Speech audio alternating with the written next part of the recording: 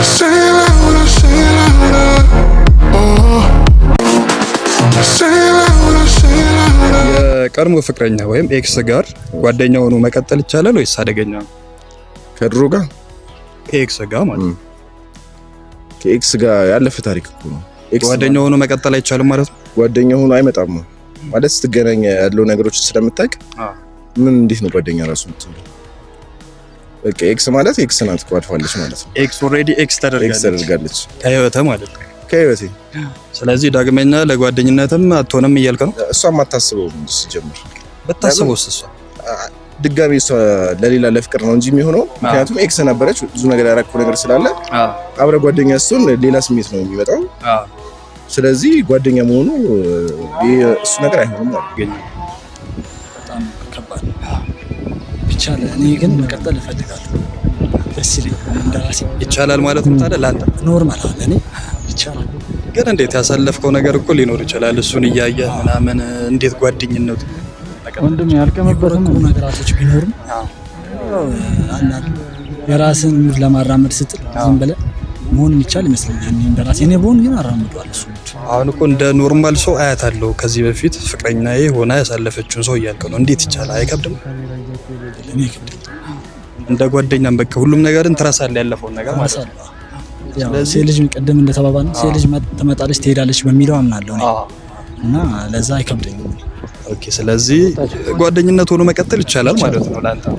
ይቻላል። ምክንያቱም በጣም የሆነ የበለጠ አሪፍ ፍቅር ይሆናል ብዬ ማስበው ከመጀመሪያው የነበረው ሪሌሽን ይሻላል ብዬ አስባለሁ። ግን ብዙ ጊዜ አይሳካም ያ ነገርና ፊልም ላይ ብቻ ነው አፍቅሮ ያገባም አብሮ አደጉን ይዟት ምናምን የምናየው ፊልም ላይ ነው። ግን የሚሻለው እሱ ነው። የማያውቁት ሀገር አይናፍቅም እንደሚባለው ማለት ነው። የምታውቀው ይቀላል። ስለዚህ ጓደኛው ነው መቀጠል ታዲያ ይቻላል እያልክ ነው? ከቀድሞ ፍቅረኛ ጋር አይቻልም። ምክንያቱም ምን ኤሌመንተሪ ላይ ነው ፍቅር ያዘኝ ከሷ ጋር መቀጠል አልቻለም። በፊልም ብቻ ነው ይሄን ነገር ማቀው ስለዚህ አይቻልም። በምትወዳት ሴት ከአንተ የተሻለ ገቢ ወይም ደሞዝ ቢኖራት ደስ ይላል ወይስ ይደብርሃል? ዳሴት በጣም ደስ ይላል። ምክንያቱም ስለምወዳት እሷ ከኔ በገቢ በለጠችም አነሰችም ምንም አይመስለኝ። ያው ዞሮ ዞሮ ለኛው ነው እኮ ወንድ ሆነ ታዲያ ወንድነቴ ትንሽ ዝቅ አለ ምናምን ብላ አታስብም? ማለት አንተ የምትበልጥ ከሆነ ደሞዝ እኔ አላስብም። ከእሷ ጋር አብረን ስለምናጠፋው ስለዚህ ኖርማል ነው ማለት ነው ለአንተ? በጣም ደስ ይለኛል። ምክንያቱም ታውቂዋለሽ ኑሮ አሁን ላይ ጣራ ነክቷል። በዚህ በተወደደ ናፍጣ እንኳን ጨምሯል። ሌላው ቢቀር ናፍጣ ደግሞ ጨመረ ማለት አስበው እንግዲህ ምንድነው የማይጨምረው? ለዛ እንደውም እጥፍ ቢሆን ደሞዟ ደስ ይለኛል። የበለጠ 4 እጥፍም ቢሆን ችግር የለውም ማለት ነው። የበለጠ ደስ ይለኛል። ቁጭ ብዬ ለመብላት ሳይሆን መቼም እንግዲህ ደሞዟ አሪፍ ቢሆን ቤት ውስጥ ያለው ነገር ይሟላል ብዬ ስለማስብ ማለት። ግን ወንድ ሆነህ ታዲያ እሷ በደሞዝ ስትበልጥ ምናምን ነገር አይደብርም ትንሽ እንኳን? እሱማ ይደብረኛል። ግን ስለጠየከኝ ነው እንጂ እሱማ በጣም ይደብረኛል። እንደውም ማሶራ የኔ ደሞዝ ይበልጣል ብዬ ነው ማሶራ ለሌላ ሰው ማለት ነው። ለሌላ ሰው እንደዛ ያው ጓዳችሁ ውስጣችሁ ግን የሷ ደሞዝ ይበልጣል ነገር የሷ ደሞዝ ይበልጣል። ስለዚህ ኦሬዲ ፐብሊክ በኦፊሻሊ ይደብራል። ግን ያ ጥቅሙ ምናምን ነገር ስትረዳው ይጠቅመኛል ብለህ ታስባለህ ማለት ነው? ትክክል። ምክንያቱም ወንድ ልጅ ኮንፊደንስ ያስፈልጋል። ባል እንደመሆኑ ገቢው ደግሞ የበለጠ እሱ ሲያምር በጭራሽ ኮምፔር ማድረግ ይከብዳል። እሷ ቁጭ ብላ ነው መብላት ያለባት። ለባት ሰራውላ ደስ ይለኛል። ሪያሊቲው ግን እንደዛ ነው። ደስ ይለኛል እንጂ ምክንያቱም የገቢ ምንጭ ችግር የለውም። እኔም አሪፍ ገቢ ቢኖረኝ እሷ ደግሞ ከኔ የበለጠ ምርጥ ገቢ ቢኖራት ለኑሯችን አሪፍ ነው እንጂ የሚሆነው ምንም የሚደብረኝ ነገር የለም። የወንድነት ክብር ውስጥ አሁን ለምሳሌ የቤቱ አባወራ እኮ እሷ ልትሆን ነው ማለት ነው። አባወራነት እኮ በሌላ ነገር እኮ ናቸው። አባወራነት ቤት እንትን በማለት ነው። በማስተዳደር ብቻ እኮ አባወራነት እኮ አይገለጽም። አብረን ስኖር ሁላችንም እኩል ነን እና የገቢ ምንጩ አሪፍ ከሆነ ነው በጣም ምርጡ ነው እኮ። አባወራው ታዲያ እሷ ናት ወይስ አንተ ነህ? እኔ ነኝ አባወራው። ደሞዝ ትበልጣለች እንዴ? አብረን ነው የምንኖረው። እኔ ገንዘብ ድረስ የምታስብ ከሆነ ሲጀመር እኔ አይሆንም ማለት ነው። ትዳሩ እንዴት ነው የሚቀጥለው? ስለዚህ ችግር የለውም። አባወራነት ማውራነት የለም፣ ሁለታችንም እኩል ማለት ነው። ስለዚህ በደሞዝ ብትበልጥህ ችግር የለውም ማለት ነው። አሪፍ ነው፣ ደስ ይለኛል። እንደውም ደስ ይለኛል ነው። ቆንጆ ግን ማትግባቡ ወይስ መልክ የሌላት ወይም የምትግባቡ የቱን ትመርጣለህ? ማለቴ ቆንጆ ሆና በባህሪዋ በጣም የሚደብር ወይስ ቆንጆ ሳትሆን በጣም የምትግባባ ካንተ ጋር የቱን ትመርጣለህ? ቆንጆ ሆና ከኔ ጋር የምትግባባ። ኖ ቆንጆ ሆና ካንተ ጋር ማትግባባ እና ቆንጆ ሳትሆን ደግሞ ካንተ ጋር የምትግባባ። ቆንጆ ሆና ከኔ ጋር ማትግባባ ብትሆን ደስ ይለኛል። ማለት ሳትግባባ ታዲያ እንዴት እንትን ትላለህ? እንዴት ትኖራለህ? ቁንጅና ቦታ ስጠው እና ቆንጆ ሆና ራሱ ባትግባባኝ ራሱ ሆና አመጣዋለሁ። እሱ ከኔ ጋር መግባባቱም ማለት ቀስ በቀስ ሂደት ጭራሽ ካንተ ጋር በደንብ የምትግባባ ትፈልገው በቃ ሳትናገሩላ ልታደርግለት ትችላለች እኮ እሷ እኮ። ስለዚህ ቆንጆን ነው የምታስበልጠው አንተ ማለት ነው። ቆንጆ ነው ባንግባባ። እንዴት በጥፊ ያስተካክላሉ። እሱን በመት መታ አድርገህ እንደካስ ያኛው አይስተካከልም። ስለዚህ በጥፊ ብዬ ማስተካክላለሁ። ዋናው መልኩ ነው ብዬ ማስ ኦኬ። መልክ ዘርም ያበላሻል ነው። አረ እንደሱ ማለት አይደለም። ማለት ያው የልጅ ልጆች ቆንጆ እንዲሆኑ ትፈልጋለህ ነገር ማለት ነው። እንደሱ መገናኘት ሳይሆን ያው አብረህ ስትኖር ሁሉ ጊዜ እይታ አለ። አንዳንድ ጊዜ እኮ አስተሳሰብ ሁሉም ሰው አስተሳሰብ ይለያያል። የእሱ አስተሳሰብ እና የኔ አስተሳሰብ ካልተገናኘ ሊሆን ይችላል። ጸባይ ላይ እንትን ያለው የእሷን ጸባይ ከወሰድኩት እኔ መልኩ አሪፍ ከሆነ ሂሳቡን አሳመርኩ። ይሄ ግልጽ ነው፣ ለመመለስም ቀላል ነው።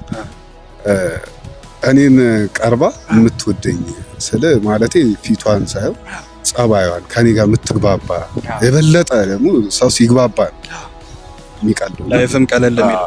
ስለዚህ ቆንጆ ሆና ባትግባባ ለአንተ ችግር የለውም ማለት ነው። ችግር የለውም። እኔ መልኳን አይደለም የሆነ ከተግባባችን ይበቃኛል። ኦኬ ቆንጆ ባትሆን አንተ የምትግባባ ትሁን ማለት ነው። ትሁን እሱን ትመርጣለህ? በጣም አንድ ወንድ ለማግባት ዝግጁ መሆኑን በምን ያውቃል? በገንዘቡ ወይስ በእድሜው? በውሳኔው መሰለኝ። ገንዘብ ወሳኙ ነገር ነው። እድሜ ብዙ ሄዶ ምንም ነገር ከሌለህም ማሰቃየት ነው የሚሆነው እና ውሳኔ የሚባላል የውሳኔ ጊዜ ላይ ስትደርስ የዛኔ ገንዘቡን ሁሉ ነገር አስተካክለ ምንም ሳይኖርም ልትጀምር ትችላለህ ማለት ነው። የውሳኔ ጊዜ ላይ ስትደርስ ነው የማግባት ውሳኔ ላይ ስትደርስ እኮ። ስለዚህ አሁን ውሳኔው ላይ እንድትደርስ የሚያደርገህ ነገር እድሜው ነው ወይስ ገንዘቡ ነው? እድሜው ነው ብዬ ነው የማስበው። ምክንያቱም እድሜው በጣም ብዙ በሄደ ቁጥር የውሳኔው እንትኖች እየቀረቡ ይመጣሉ ማለት ነው። ለምሳሌ በህፃንነት ገንዘብ ብዙ ብር ብትይዝ ቶሎ ልትዳር ላገባ ትችላለህ። ለምን ብዙ ነገር ልታይ ስለምትችል ማለት ነው። ግን እድሜ ሄዶ ገንዘብ ሳይኖር ሲቀር ውሳኔ ስትወስን በትንሽ ብርም ወደ ትዳር መግባት እንዳለብህ ታውቃለህ። ስለዚህ ኦልሬዲ ስትበስል በእድሜም ከፍ ትላለህ ነገር ነው ማለት ነው። የዛኔ ታስብበታለህ ማለት ነው። ትክክል። በመጀመሪያ በአይምሮ ዝግጁነት ለትዳር በቂ ነኝ ወይ ዝግጁ ነኝ ወይ የሚለውን አንድ ወንድ ዝግጁ መሆን አለበት በአይምሮ። ከዛ ቀጥሎ ደግሞ በፋይናንስ ግድ ነው፣ ፋይናንሻል ግዴታ ነው። ከዛ በኋላ በቃ የአይምሮ ዝግጅትና ፋይናንሻል ካለ በቂ፣ ሁለቱ በቂ ይመስላል። ኦኬ መጀመሪያ በአይምሮ ሬዲ መሆን ነው ማለት ነው። ከገንዘቡም ከእድሜውም በፊት የአይምሮ ዝግጅት ያስፈልጋል ማለት ነው። በገንዘቡ በነገራችን ላይ በእድሜው ይባላል እንጂ እኔ አሁን 40 ዓመቴ ነው እና በእድሜው አይደለም፣ በገንዘቡ። ገንዘብ ካለ ሁሉም ነገር የሆነ ታሰማለህ፣ ቶሎ ታሰማለህ። በቃ ጭራሽ ከሰርጉ በላይ ታስቀውጠው ገንዘብ ካለ እና ገንዘብ ካለ ዋናው ወንድ ልጅ ዝግጁ መሆኑ የሚታወቀው በገንዘቡ በፋይናንሻል ነው ማለት ነው። ፋይናንሻሉ ስቴብል ከሆነ ከተረጋጋ፣ የገንዘብ ችግር ከሌለበት ቀጥታ ይር ነው በቃ ፍሪ ነው። ይኸው መንገዱ መርጠህ ሁላ እስከ ማግባት ትደርሳለህ። ያየሁት ነገር ስላለ የዛኔ ግን ታዲያ ገንዘብን ብላ ልትመጣ አትችልም።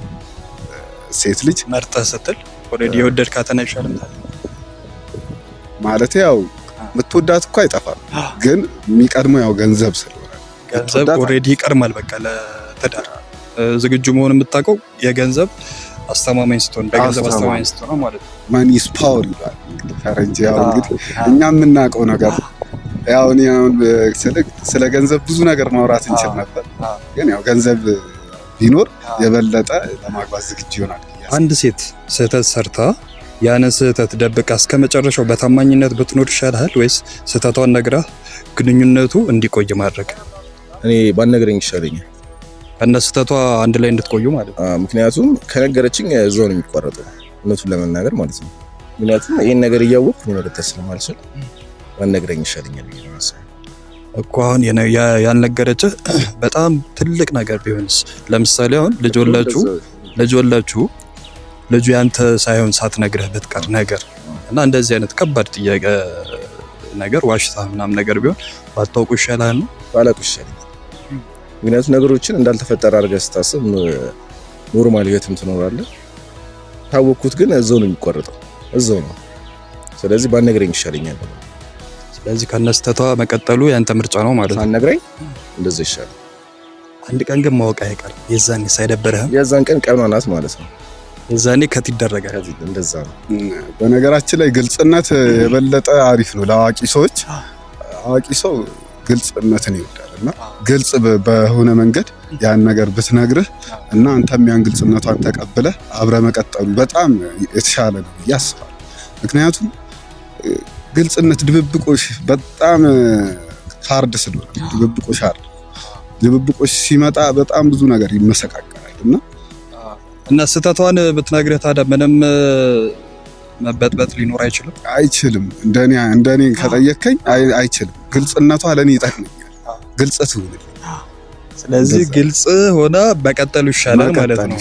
ኦሬዲ በቃ የመሸበት ማደር ነገር በቃ አገኘኸኝ የልቤን በእውነት ዋሽታኝ እንድትምር አለ በሆነ አጋጣሚ ነገር ፈንድቶ በነጣላውላ እኔ እንደስ ኦኬ ከምንም ነገር በፊት በቃ ስህተቱንም ቢሆን ነገር ግንኙነቱ ቢበጠበጥም ችግር የለውም። እሱ ሺህ ዓመት ከምትዋሽ አንድ ጊዜ ተጎድቶ መቀመጥ ይሻላል ብትጎዳም ማለት ነው። በቃ ብትጎዳም ሌላ አማራጭም በፈልግም በጊዜ አማራጭም እንትን። ስለዚህ አንተ ነገሩ ቢበጠበጥም ችግር የለውም። እውነቱን አውቄ Say it louder, say it louder.